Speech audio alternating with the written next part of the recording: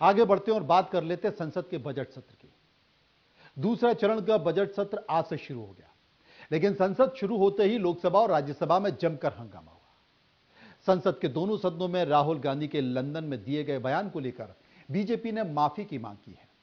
हम विस्तार से बात करेंगे, लेकिन उसके पहले यह बताते हैं कि आखिर राहुल गांधी ने लंदन में क्या कहा था।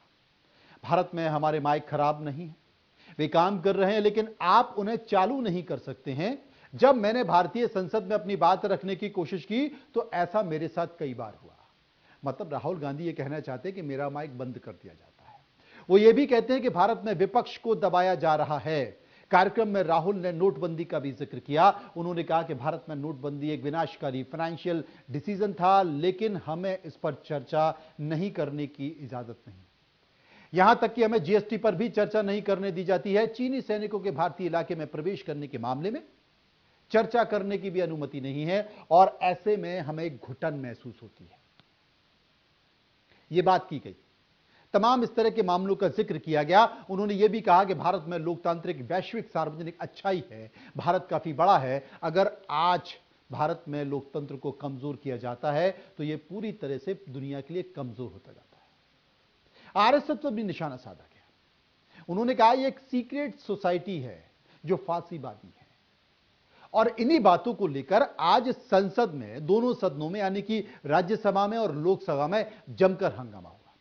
राज्यसभा में पीयूष गोयल खड़े हुए, लोकसभा में राजनाथ सिंह खड़े हुए, और दोनों ने एक ही बात का जिक्र किया कि राहुल गांधी ने विदेशी जमीन पर भारत के लोकतंत्र के बारे में गलत बातों का जिक्र किया है। उन्होंने भारत की राजनीति की, भारत की सरकार, भारत के चुनाव आयोग, भारत के मीडिया, इन तमाम सारे चीजों पर सवाल उठाए हैं, और यह भारत के लिए ठीक नहीं है। इसलिए राहुल गांधी को माफी मांगनी चाहिए। यह बात लोकसभा में भी हुई और यह बात राज्यसभा में भी हुई। सुनिए। श्री राहुल गांधी जो इसी सदन के सांसद हैं, राहुल गांधी ने लंदन में जाकर भारत को बदनाम करने की कोशिश की है और कहा है कि भारत में लोकतांत्रिक व्यवस्था पूरी तरह से तहस-नहस हो रही है और विदेशी ताकतों को आकर यहां पर भारत के लोकतंत्र को बचाना चाहिए। कि भारत की गरिमा पर, भारत की प्रतिष्ठा पर उन्होंने गहरी चोट पहुंचाने की कोशिश की है। और अध्यक्ष महोदय, मैं आपसे यह मांग करता हूं कि पूरे सदन के द्वारा उनके इस व्यवहार को खंडन किया जाना चाहिए और उनको यह आपके द्वारा निर्देश दिया जाना चाहिए कि संसद के फोरम पर आकर वह क्षमा याचना करें। अध्यक्ष महोदय, मैं आपसे अनुरोध करना चाहता हूं। भारत लोकतंत्र की जननी है। It is the mother of all democracy. मुझे लगता है कि ये विपक्षी दलों ने भारत का अपमान करना तय किया। एक समाज सेवी संस्था को भी उसमें गलत अनाप शराब बातें कही गई। कहा गया जैसे प्रेस, जुडिशरी, सभी सिक्योरिटी एजेंसी, इलेक्शन कमीशन कोई और कंट्रोल कर रहे।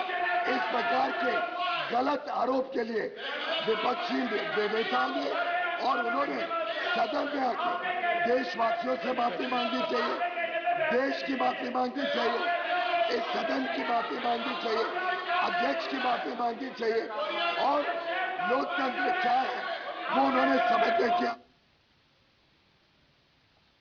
इस पूरे मसले पर विपक्ष की तरफ से भी बात की गई है। विपक्ष ने क्या कहा लोकसभा और राज्यसभा को लेकर, सुनिए।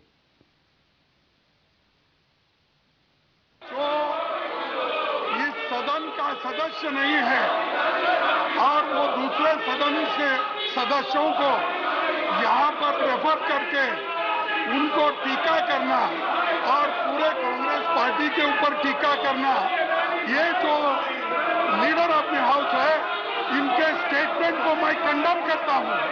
और उन्होंने कहा डेमोक्रेसी का जो नहीं है इस देश में, जो ये बार बार कह रहे हैं, यहाँ जो चल रहा है उस विषय के बारे में सारी दुनिया जानती है। अगर हमने कुछ कहा कि डेमोक्रेसी यहाँ पर नहीं चल रही ठीक ढंग से, संविधान के अनुसार नहीं चल रही है,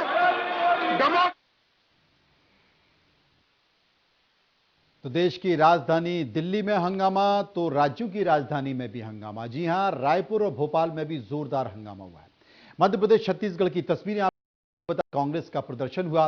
केंद्र सरकार की नीतियों के खिलाफ यह प्रदर्शन किया गया है। दो तस्वीरें आपके सामने बनी हुई हैं और इन तस्वीरों के जरिए आप समझ सकते हैं, जहां एक ओर भोपाल में कांग्रेस के नेताओं ने जंगी प्रदर्शन किया, वहीं छत्तीसगढ़ में भी कांग्रेस ने शांतिपूर्ण ढंग से राजभवन का घेराव किया।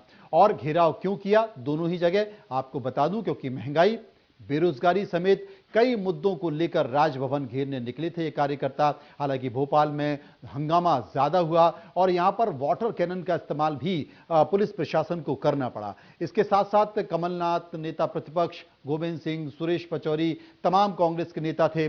और वहीं छत्तीसगढ़ में भूपेश बघेल के साथ साथ मोहन मरकाम और तमाम नेता मौजूद थे। इन सब का यही कहना था कि केंद्र सरकार के इतने सारे मुद्दे हैं, अडानी का एक मुद्दा बड़ा मुद्दा है, इन तमाम मुद्दों की जगह जो केंद्र सरकार को कार्रवाई करनी चाहिए, केंद्रीय एजेंसियों को कार्रवाई करनी चाहिए, उन कार्रवाई करने की जगह कार्रवाई उन राज्यों के बारे में की जा रही है, उन राज्य के नेताओं को लेकर की जा रही है और केंद्रीय एजेंसियों का दुरुपयोग भी किया जा रहा है। दो तस्वीरें आप अपने टीवी स्क्रीन पर देख सकते हैं, रायपुर और भोपाल की।